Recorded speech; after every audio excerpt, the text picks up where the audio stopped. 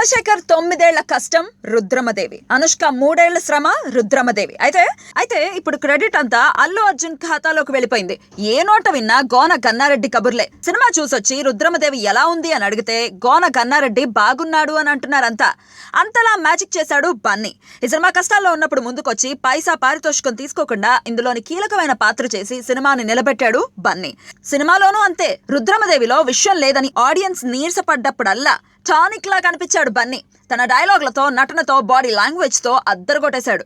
Rudramadevi cinema కాస్త Gona Ganna Reddy magic లా మారిపోయింది. అనుష్క గురించి మర్చిపోయారు, గుణశేఖర్ గురించి మర్చిపోయారు. అందరూ గోన గన్నారెడ్డిగా బన్నీ గురించే మాట్లాడుకుంటున్నారు. ఈ సినిమా కోసం మహా అయితే 2 నెలలు కష్టపడి ఉంటాడు బన్నీ. కానీ క్రెడిట్ మొత్తం కొట్టేశాడు. బన్నీలోని ఓ కొత్త డైమెన్షన్ ఈ సినిమాతో బయటపడింది అని అంటున్నారంతా.